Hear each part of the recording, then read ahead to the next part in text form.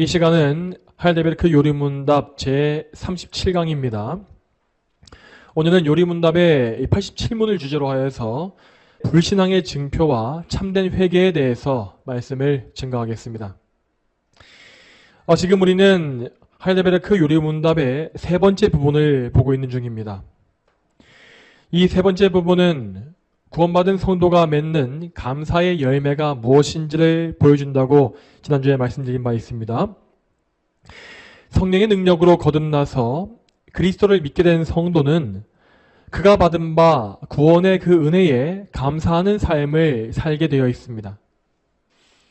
그는 자기 스스로 믿음을 선택한 것이 아니고 또한 자신의 노력과 공로에 의해서 믿음을 쟁취한 것도 아닙니다. 성도는 오직 거저주시는 은혜로 말미암아 아무런 공도 없이 믿음을 선물로 받은 것입니다.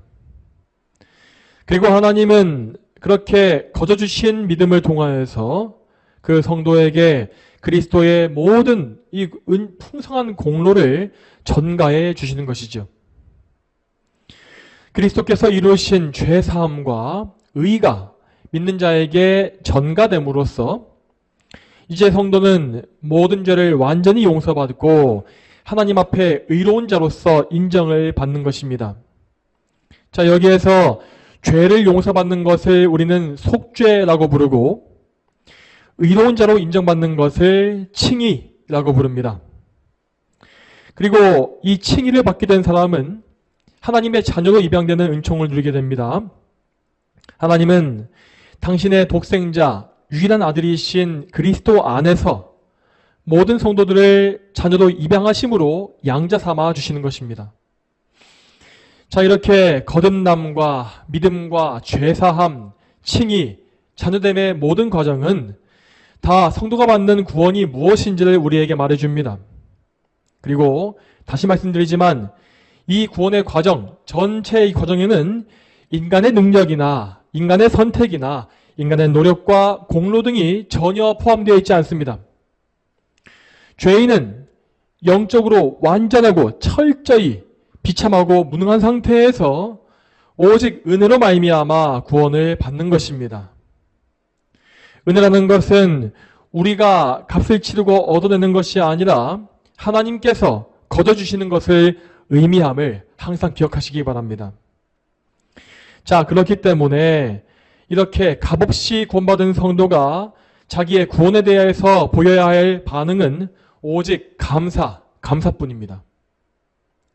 하이델베르크 요리문답의 세 번째 부분은 이러한 성도의 반응이 무엇인지를 구체적으로 보여주고 있는 것입니다. 그래서 지난주에 보았던 86문에서 우리는 선행에 대해서 먼저 보았습니다.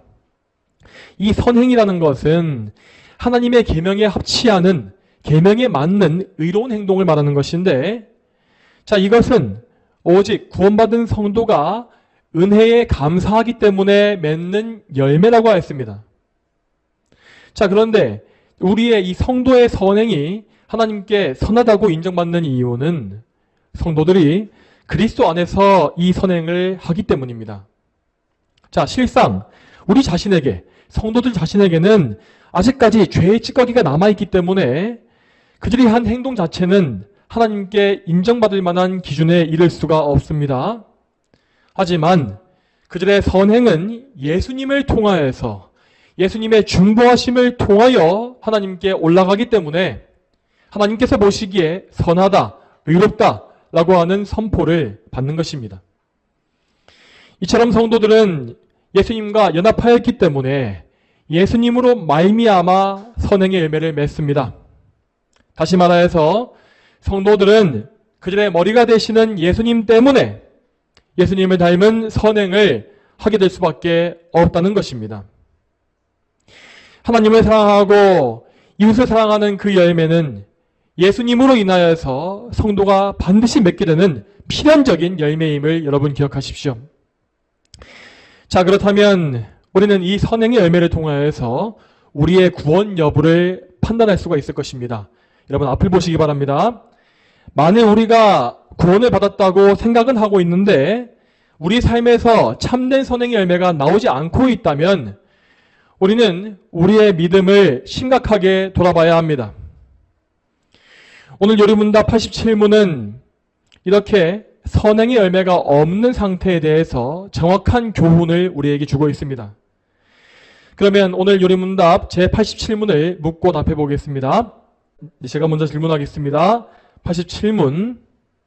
악한 삶을 계속 살면서 하나님께 감사하지도 않고 하나님께 돌아오지도 않는 사람도 구원받을 수 있습니까?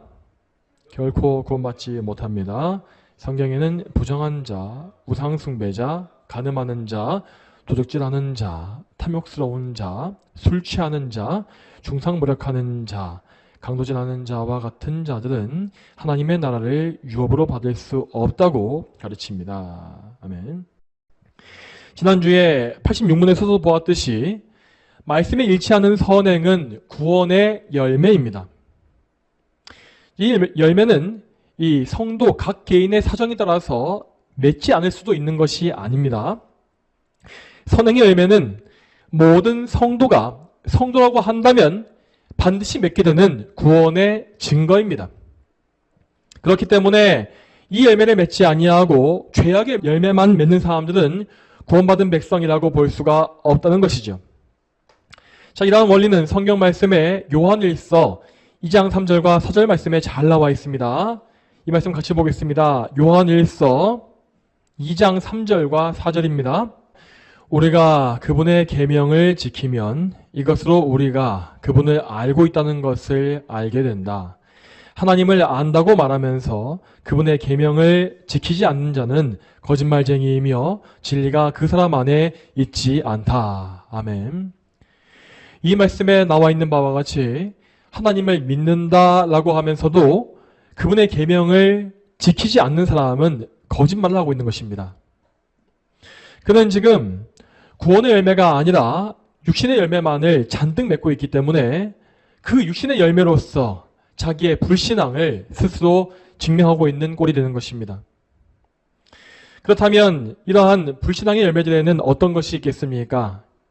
오늘 성경 본문 말씀에 따라서 실제 죄의 악한 열매가 무엇인지를 살펴보겠습니다. 먼저 오늘 고린도전서 본문 이 9절에 나와 있는 죄의 목록은 음행하는 자로 시작되고 있습니다. 자, 이러한 것은 이 성적인 음행뿐만 아니라 정결하고 깨끗하지 못한 모든 행실들을 다 말하고 있는 것입니다. 불신자들은 거룩하신 하나님과 단절되어 있기 때문에 거룩함을 싫어하며 온갖 이 세상의 악하고 더러운 것들을 사랑하게 되어 있습니다. 그리고 그러한 마음은 실제로 더러운 말과 행동으로서 드러나게 되어 있는 것이죠. 그렇지만 어떤 경우에 죄인들은 겉으로 보기에 정말 말끔하고 단정하며 정중한 태도를 가지고 있을 수도 있습니다. 그런 사람들은 정말 겉보기에는 도덕적으로 보이기 때문에 음행이나 단정치 못한 행실과는 너무나 거리가 먼 사람으로 느껴집니다. 그러나 하나님은 단 한마디의 말씀으로써 모든 죄인의 상태를 폭로하십니다. 자, 오늘 본문에 음행하는 자 이후에 나와 있는 죄가 무엇입니까? 그것은 우상을 숭배하는 자라고 했습니다. 여기 나와 있는 우상 숭배라고 하는 것은 단지 조각상이나 그림에 대고 절을 하는 행위만을 말하는 것이 아닙니다. 이 우상 숭배는 곧 하나님께 바쳐야 할 경배와 사랑을 다른 존재에게 돌리는 모든 행위를 의미합니다. 자, 그 대상이 이방의 신이든지 사람이든지 동물이든지 돈이나 권력이든지 아무 상관이 없습니다. 모든 죄인은 저마다 다 동일하게 하나님보다 다른 무언가를 더 사랑함으로써 우상숭배의 죄를 다 범하고 있습니다. 자, 무엇보다 죄인들이 범하는 가장 큰 우상숭배는 바로 자아숭배의 죄입니다. 모든 죄인은 너나 할 것 없이 다 자기 자신을 신으로 숭배하며 살고 있습니다. 자기 자신을 더 높이고 더 많은 부와 명성을 얻으며 더 높은 지위와 더 큰 성공과 건강과 행복을 쟁취하는 것이 바로 그 죄인들의 목적입니다. 이렇게 죄인들은 하나님의 보좌에 자신을 앉혀놓음으로써 하나님을 모독하는 사악한 우상숭배죄를 평생 지으며 살고 있는 것입니다. 자, 그러므로 사실상 이 뒤에 나와 있는 모든 죄의 목록은 이 우상숭배에 포함되어 있는 것이라고 볼 수 있습니다. 자, 계속 이어서 구절을 보게 되면, 자, 여기 나와 있는 죄는, 자, 세 가지 죄가 나오는데, 자, 그 죄들은 모두 성적인 타락에 속한 죄입니다. 간음하는 자, 남성 동성애자, 동성 연애하는 자라고 하였습니다. 여러분, 이것은 인간이 성적으로 타락함에 따라 나오는 극심한 죄악의 현상입니다. 여러분, 인간의 성적 즐거움은 오직 결혼의 관계 안에서만, 부부관계 안에서만 허용된 것입니다. 남편과 아내는 각 한 사람씩 둘이 연합하여서 한 몸을 이룸으로써 가정을 일구고 또한 자녀를 생산하는 소명을 감당합니다. 그러나 타락한 죄인들은 이 신성한 성을 이 자기의 쾌락을 위해서 남용하기 시작했습니다. 그들은 결혼의 경계를 벗어나서 오직 육신의 쾌락을 위하여 성을 이용하고 심지어 남녀 간의 정상적인 관계를 넘어서 동성 간의 쾌락을 즐기게 되었습니다. 자, 여러분, 이성 간의 성적 타락이 극심해지면 그 다음 순서로 이어지는 것이 바로 동성애입니다.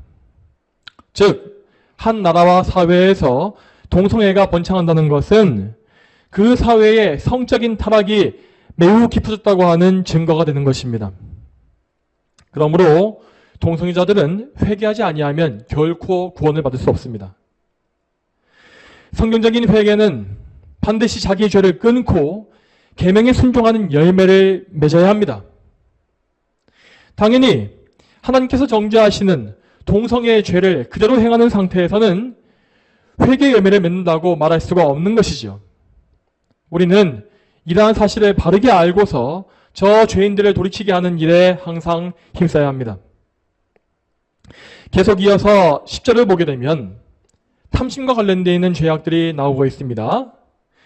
도둑질하는 자, 탐욕을 부리는 자, 이 두 가지를 보시기 바랍니다. 여기에서 도둑질은 실제로 남의 소유를 빼앗고 손해를 입히는 죄이고, 탐욕을 부리는 것은 그 마음속에서 남의 것을 절도하는 죄입니다. 여러분, 이 탐심과 도둑질이라고 하는 이 두 가지 죄는 사실상 우리 인류가 최초로 범한 죄라고 할 수 있겠습니다. 아담과 하와는 하나님께서 금지하신 열매에 탐욕을 부렸고 마침내 그 탐욕의 열매를 맺어 그것을 도둑질함으로써 모든 인류를 죄에 빠뜨려 버렸습니다. 이 타락의 사건 이후에 도둑질과 탐욕의 이 죄악은 우리 인류의 제일 고질적인 문제가 되어 왔습니다. 그리고 이 현대의 문명은 죄인의 탐욕에 의해서 돌아가고 있는 것이 사실입니다. 현대인들은 모두가 자기의 탐욕을 극한으로 추구하고 탐욕을 만족시키기 위해서 자기 인생을 다 쓰고 있습니다. 또한 더 나아가서 그 탐욕을 채우기 위해서라면 도둑질도 마다하지 않는 모습을 보입니다. 여러분, 우리는 이러한 현상을 바르게 인식하고 이 사회, 이 세상에 만연해 있는 죄를 멀리해야 합니다. 성경은 분명히 기록하기를 돈을 사랑하는 것이 일만 악의 뿌리이다 라고 하였습니다. 이 말씀과 같이 죄인들은 탐심으로 말미암아 죄에 빠지고 온갖 도둑질의 죄를 범하는 죄악의 굴레에 갇혀 있습니다. 당연히 이러한 죄를 회개하지 않는 자들은 결단코 하나님의 나라에 들어갈 수가 없습니다. 자, 또 이어서 10절의 말씀은 술 취함의 죄를 언급하고 있습니다. 이 술 취함의 죄라고 하는 것은 술을 통제하지 못하고 반복적으로 술에 의존하는 것을 의미합니다. 그런데 이 술에 취했을 때에 모든 사람은 자제력과 이성을 잃게 되므로 더 많은 죄를 연속적으로 더 지을 수밖에 없습니다. 이처럼 술에 취할 때에 죄인은 하나님과 지극히 멀어지는 아주 나쁜 상태에 빠지게 됩니다. 그렇기 때문에 성경은 술 취함을 가리켜서 성령 충만함의 반대 상태로 묘사하는 것을 볼 수 있습니다. 자, 이에 대해서 에베소서 말씀을 보겠습니다. 에베소서 5장 18절 말씀입니다. 또 너희는 술에 취하지 마라. 그것은 방탕한 것이니 도리어 너희는 성령으로 충만하게 되어라. 아멘. 자, 이러한 말씀을 통해 미루어 볼 때 우리는 술 취함의 상태가 악령에 노예된 것임을 알 수가 있습니다. 술에 깊이 빠진 자들은 그만큼 영적으로 성령님과 멀어져 있고 망가져 있는 상태에 있는 것이며 비참함과 어두움에 깊이 갇혀 있는 것입니다. 그러므로 우리는 먼저 우리 자신이 술에 빠지지 않게 경계해야 할 뿐만 아니라 우리의 모든 이웃들에 대해서도 불쌍히 여기는 마음으로 그들이 술 취하지 않도록 기도해 줘야 할 것입니다. 또 다음으로 언급되어 있는 죄인의 종류는 남을 헐뜯는 자라고 되어 있습니다. 자, 이것은 말로써 남에게 상처를 주고 조롱하는 것과 욕하는 것, 또한 거짓말로 중상모략하는 모든 죄를 다 가리킵니다. 현재 우리나라를 보게 되면 이 말의 죄악이 정말 가득 차 있는 것을 볼 수 있습니다. 이 나라의 사람들은 서로를 모욕하고 조롱하며 또한 온갖 거짓말로 이 국가 전체를 붕괴시키고 있습니다. 여러분, 우리 인간의 혀와 이 언어라고 하는 것은 하나님을 찬송하고 하나님께 영광 돌리기 위해서 주어진 하나님의 창조물입니다. 그런데 이 혀와 언어를 하나님을 대적하는 죄악에 사용한다면 그러한 죄악은 반역으로서 반드시 심판을 받아야 마땅합니다. 또 이 언어의 죄에 대해서도 성경 말씀을 보겠습니다. 야고보서 3장 5절과 6절입니다. 야고보서 3장 5절과 6절. 이처럼 혀도 작은 지체이지만 큰 것을 자랑한다. 보아라, 얼마나 작은 불이 큰 나무를 태우는가. 그 혀는 불이며 불의의 세계이다. 그 혀는 우리 지체 안에서 온몸을 더럽히고 인생의 바퀴를 불사르니 지옥불에 의하여 불살라진다. 아멘. 여러분, 이 말씀은 분명히 우리 혀의 죄가 온몸을 더럽히고 인생을 망가뜨리며 마침내는 지옥의 심판을 자초하게 한다라고 하였습니다. 혀는 우리의 신체 중에서 작은 기관에 지나지 않지만 이 혀를 통해 짓는 죄는 죄인을 지옥에 떨어뜨릴 만큼 막중한 것입니다. 그러므로 우리는 이 언어의 죄를 주의하면서 항상 하나님께 영광이 되는 말을 하기 위해 힘써야 할 것입니다. 다음으로 나와 있는 죄의 목록은 약탈하는 자라고 되어 있습니다. 이 죄는 자기의 이익을 얻기 위하여서 남을 압제하는 것으로서 이웃의 생명과 권리를 짓밟는 죄악입니다. 이러한 약탈의 죄는 십계명의 두 번째 돌판에 속한 이웃사랑의 계명을 정면으로 파괴하는 죄입니다. 따라서 이 죄를 회개하지 않는 사람은 자기의 이웃뿐만 아니라 그 이웃을 창조하시고 다스리시는 하나님을 사랑하지 아니하는 것이고 당연히 하나님의 나라를 상속받을 수가 없습니다. 여러분, 물론 죄인들은 각자의 성향과 기호에 따라서 이 죄의 양상, 겉으로 보이는 죄의 종류가 서로 다르게 드러나는 것이 사실입니다. 그러니까 이를테면 어떤 사람에게는 음행의 죄가 두드러지고 또 다른 사람에게는 탐욕의 죄가 크게 나오는 것입니다. 자, 그래서 죄인들은 항상 남의 죄를 더 부풀려서 이야기하고 자기의 죄는 덮어놓고 감추고 정당화하는 식으로서 자기를 방어하려고 애씁니다. 그러나 무슨 죄가 되었든지 간에 모든 죄는 다 하나님 앞에서 심판을 받아 마땅한 사악한 죄입니다.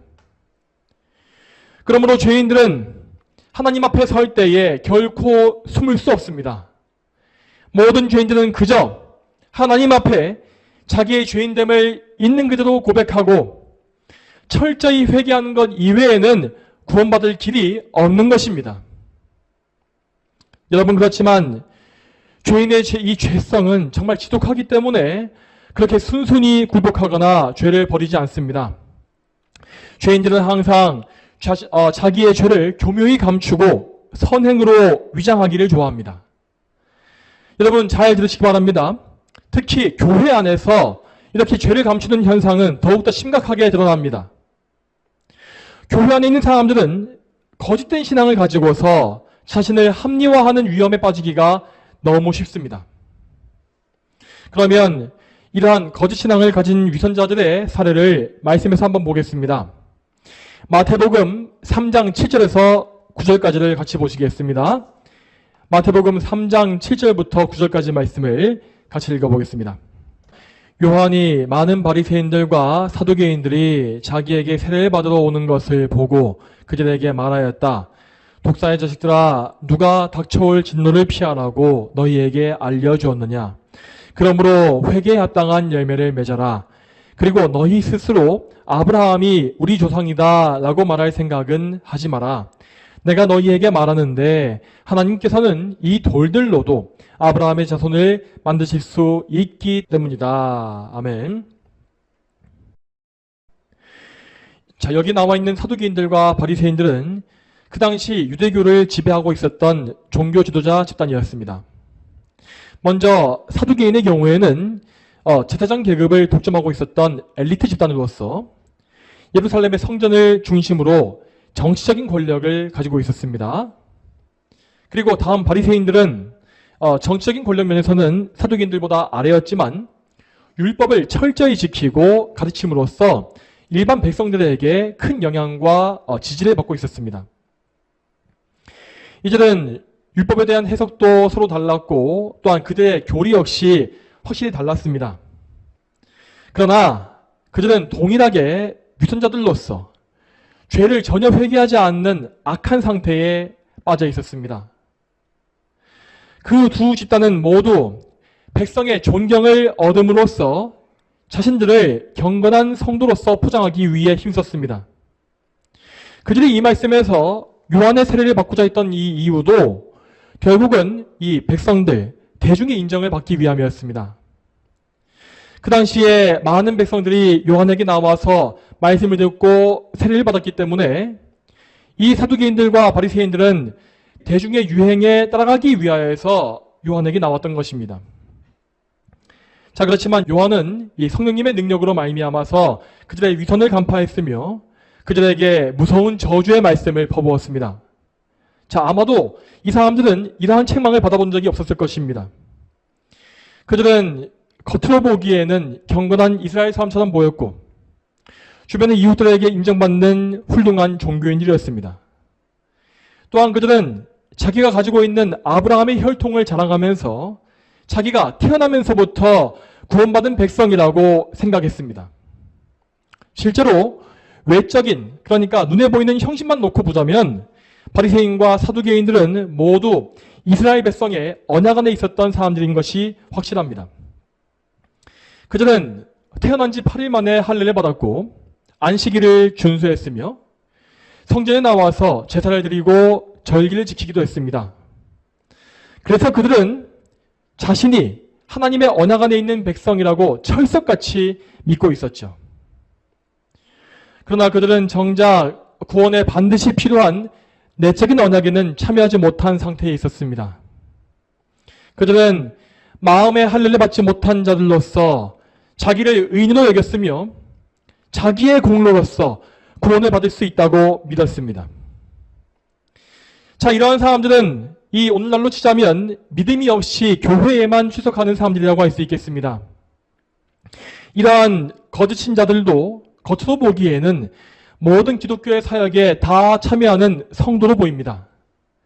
하지만 실상 그들은 온갖 죄악을 버리지 아니하고 그대로 끌어안고 살고 있으며 위선에 빠져서 회개하지 아니하는 불신자에 불과한 것입니다. 여러분, 하나님은 그러한 거짓 신자들에게 참으로 무서운 책망을 내리실 것입니다. 너희가 성경을 알고 교회에 나온다고 해서 참된 성도일 것이라고 착각하지 마라.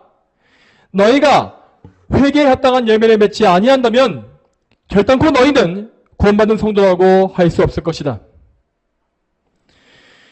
자, 여러분, 그렇지만 오늘날의 교회에는 이러한 명목상의 신자들이 너무나 넘쳐나고 있습니다. 우리는 이러한 현실을 직시하고 경건한 두려움을 가져야 합니다. 그리고 우리는 다른 교회와 다른 사람을 손가락질할 것이 아니라 우리 자신의 상태를 돌아보고 내가 혹시 저 거짓 신자의 모습을 하고 있지 않은가 하고 하는 이런 확인을 해봐야 하는 것입니다.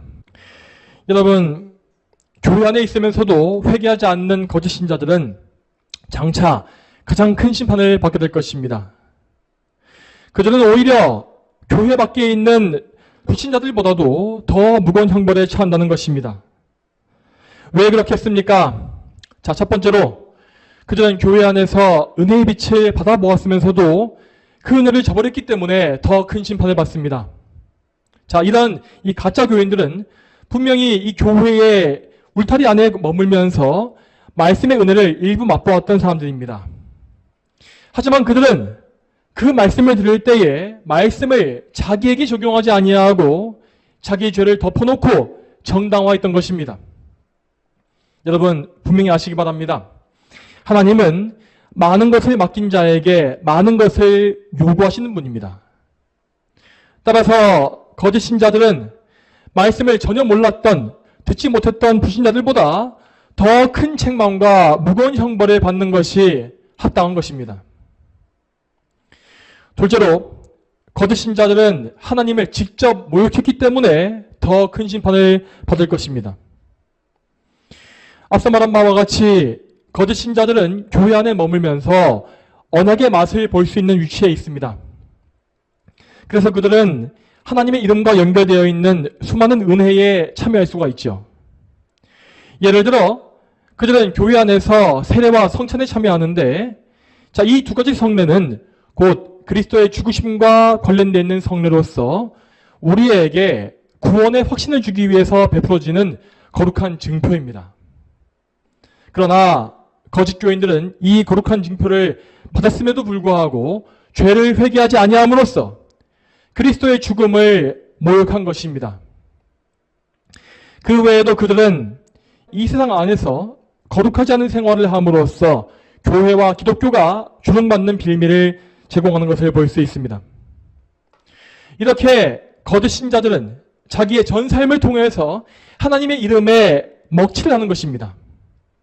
따라서 그들은 그들이 행한 바 신성모독의 죄, 이 악한 열매에 따라 무거운 심판을 받는 것이 마땅합니다.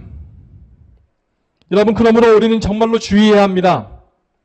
단지 우리가 예배에 참석하고 교회 울타리 안에 있다는 것만으로는 결코 구원을 받을 수 없습니다.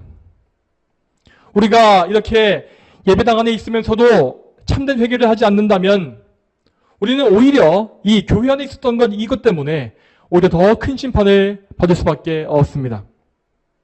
우리는 반드시 우리 죄를 돌이켜 회개해야 합니다. 여러분, 회개라고 하는 것은 단순히 죄를 뉘우치고 후회하는 것을 말하지 않습니다. 이렇게 죄를 후회하는 것만으로는 결코 죄를 끊지 못하기 때문입니다. 마치 표범이 이 자기 가죽의 무늬를 바꿀 수 없는 것과 같이 죄인인 인간은 죄를 사랑하는 자기의 이 본성적인 마음을 절대 바꾸지 못합니다. 여러분, 참된 회개는 자기의 죄에서 돌이켜서 죄를 끊어버리는 것을 포함하며 또한 더 나아가서 죄를 미워하고 죄를 역겨워하는 데까지 나가야 합니다. 다시 말씀드리겠습니다. 참된 회개는 죄를 끊어버리고 죄를 미워하는 것이 반드시 포함되어야 합니다. 이렇게 죄와의 단절과 죄에 대한 혐오가 없는 것은 결코 참된 회개가 아닌 것을 기억하시기 바랍니다. 자, 그런데 이러한 참된 회개는 결코 우리 인간의 힘으로 할 수 있는 일이 아니고 오직 하나님의 능력으로서만 주어지는 일입니다. 즉, 참된 회개는 하나님께서 우리를 거듭나게 하실 때에만 일어날 수가 있다는 것입니다. 이 거듭남, 중생이라고 하는 것은 삼일체 중에서 성령님께 돌려지는 사역입니다. 성령님은 죄인의 죽은 영혼을 다시 살리셔서 그가 이전과는 다른 완전히 새로운 사람이 되게 해주십니다. 이렇게 영혼이 다시 사는 것은, 이 작용은 당연히 겉모습으로는 보이지 않습니다. 하지만 눈에 보이지 않는 그의 속 사람은 이제 완전히 새롭게 변화했습니다. 그에게는 이전까지 아예 없었던 새로운 본성이 심겨졌고 또한 완전히 새로운 피조물로서 거듭나게 된 것입니다. 거듭나기 이전까지 그는 죄를 사랑했고 죄를 마음껏 즐겨왔던 죄인이었습니다. 비유하자면 그는 죄의 바닷속에 빠져서 신나게 그 오물을 마시고 헤엄치고 있었던 그런 더럽고 비참한 상태에 빠져 있었던 것입니다. 그렇지만 중생 이후에 그는 영적인 눈이 열리게 되어서 그 죄의 사악함과 더러움을 직시하게 되었습니다. 그는 그리스도와 연합함으로써 그분의 성품을 가지게 되었으므로 그 죄를 깊이 미워하고 죄를 역겨워하며 죄와 싸우는 거룩한 삶을 살 수 있게 되는 것입니다. 또한 성도에게 있어서 이 죄에 대한 혐오감은 세월이 갈수록 점점 더 강해지게 되어 있습니다. 왜냐하면 성도는 성령님으로 말미암아 예수님과 연합관계가 더욱더 굳건해지고 또한 예수님을 닮은 성품을 더 많이 가지게 되기 때문입니다. 이러한 성화의 은혜로 말미암아서 성도들은 하나님의 계명에 더 기꺼이, 더 충성되고 더 온전히 순종하는 열매를 더 많이 맺을 수가 있는 것입니다. 자, 그러므로 혹시 우리에게 이러한 성화의 열매가 나오지 않고 있거나 아니면 또한 이 죄를 미워하는 마음이 퇴보하고 있다면 지금 우리는 영적으로 대단히 심각한 상태에 빠져 있는 것입니다. 우리는 그럴 때 즉시 우리가 어떤 죄에 빠져 있는지를 돌아보고 그 죄가 하나님과의 관계를 해치고 있다는 사실을 인정해야 할 것입니다.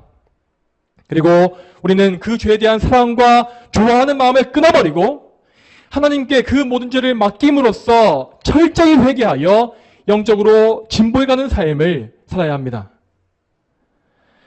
물론 거듭난 성도 역시 때때로는 아주 심각한 죄에 빠지는 경우가 있습니다.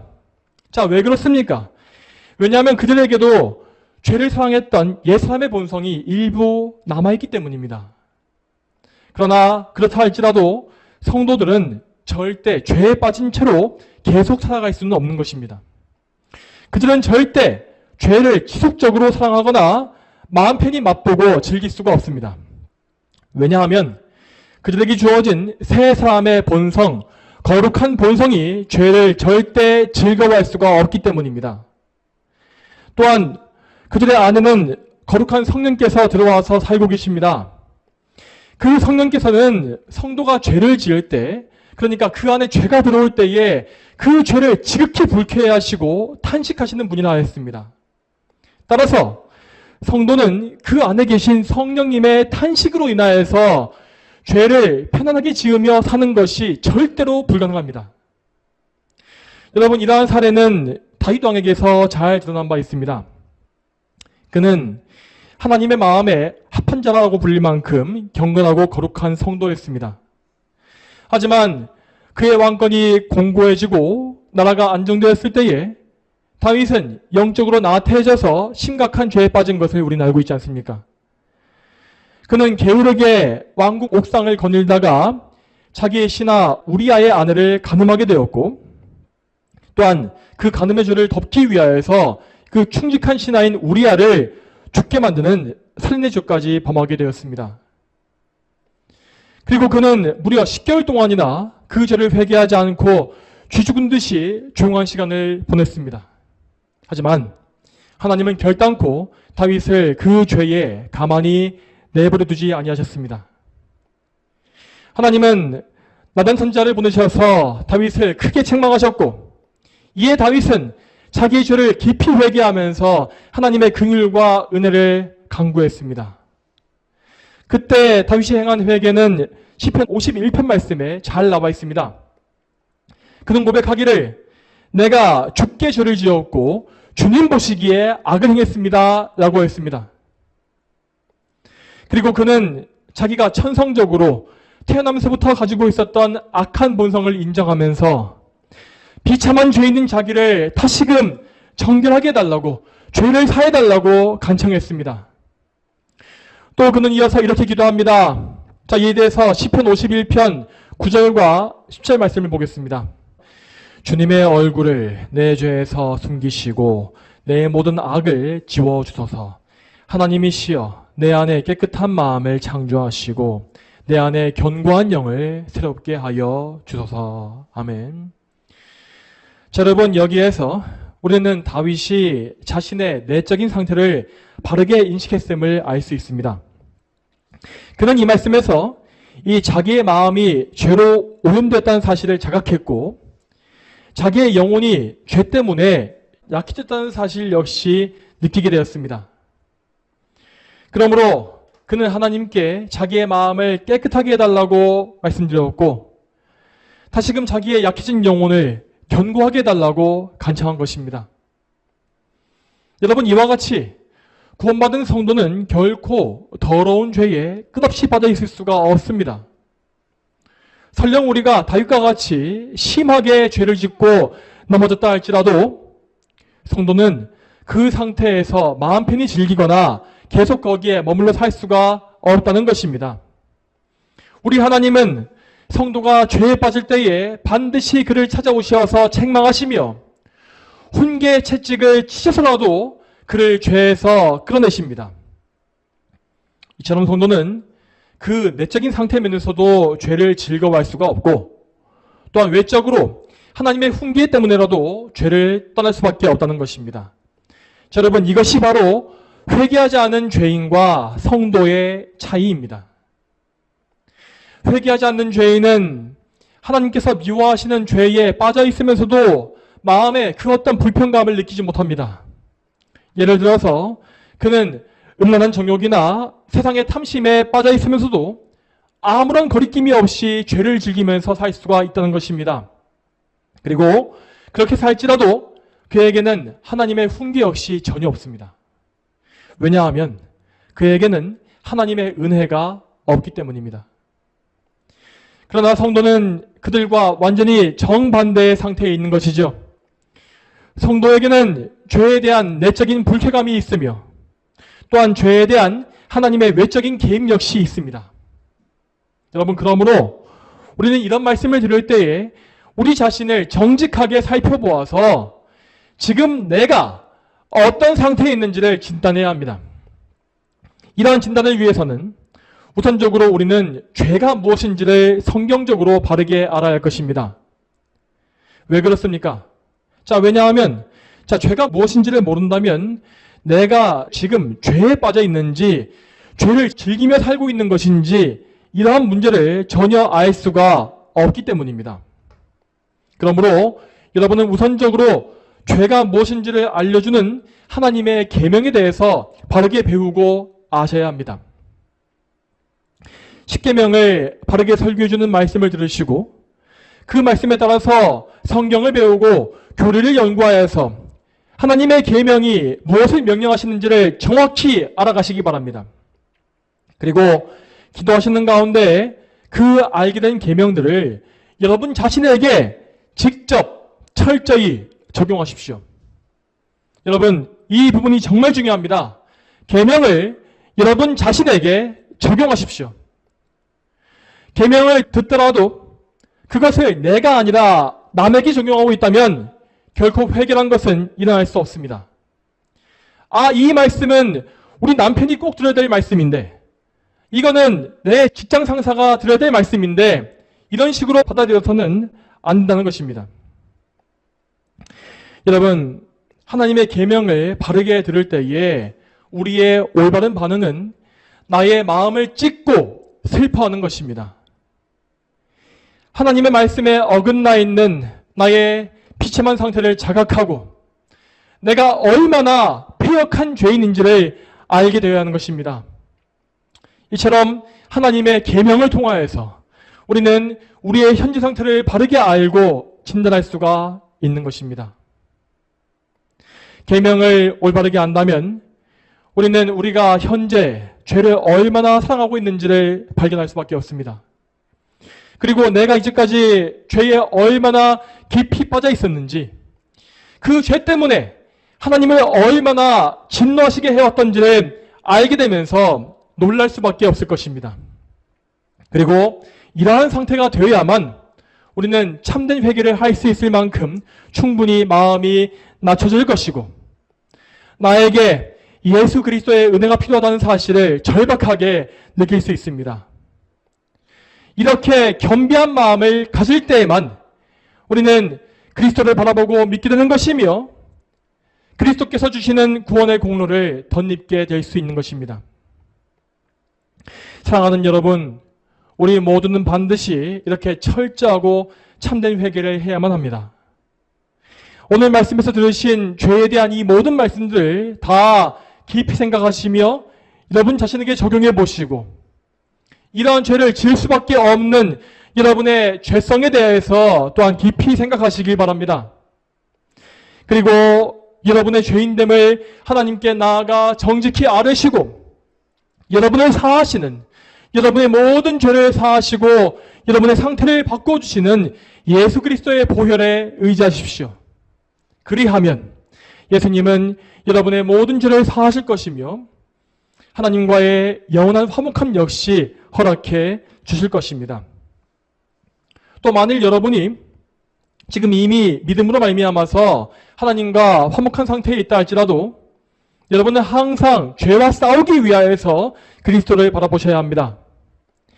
예수 그리스도 안에는 우리를 죄에서 구원하는 능력뿐만 아니라 우리가 죄에서 싸워 이길 수 있는 그 능력 역시 풍성하게 있습니다. 따라서 우리는 오직 그리스도께 의지하고 그분과 굳게 연합할 때에만 죄를 이기는 승리의 삶을 살 수가 있습니다. 저와 여러분 모두가 오늘 이 말씀과 같이 우리 자신의 죄를 깨닫고 참된 회개로 나아가게 되기를 진심으로 축복합니다. 다 함께 기도하겠습니다. 하나님 아버지, 오늘도 이 거룩한 성경 말씀과 요리문답의 교훈을 통하여 인간에게 있는 악한 죄가 무엇인지를 보게 하시고 또한 그 죄가 다름 아닌 나에게 있음을 자각하고 알게 하심에 참으로 감사합니다. 그러나 하나님, 저희가 성령님의 은혜를 덧입지 못하면 이 말씀을 아무리 듣고 또 듣는다 할지라도 이 말씀을 우리 자신에게 적용하고 회개하는 열매를 맺지 못합니다. 죄인의 영혼은 죽어있고 또 깊은 잠에 빠져있기 때문에 성경의 말씀이 정말 천둥소리와 같이 울려 퍼진다 할지라도 계속해서 깊은 잠에 빠져있고 깨일 수가 없습니다. 하나님, 그러므로 저희는 하나님의 거룩하신 은혜를 의지하고 또 간청합니다. 하나님, 우리 모두에게 이 은혜를 허락해 주시어서 우리의 영혼에 하나님께서 친히 말씀해 주시고 우리의 영혼을 깨워주시며 새 생명을 주시어서 예수 그리스도와 믿음으로 연합하는 그러한 구원의 은총을 누리게 하여 주시옵소서. 모든 것에 감사드리옵고 이 모든 기도 살아계신 예수님의 이름으로 기도 올립니다. 아멘.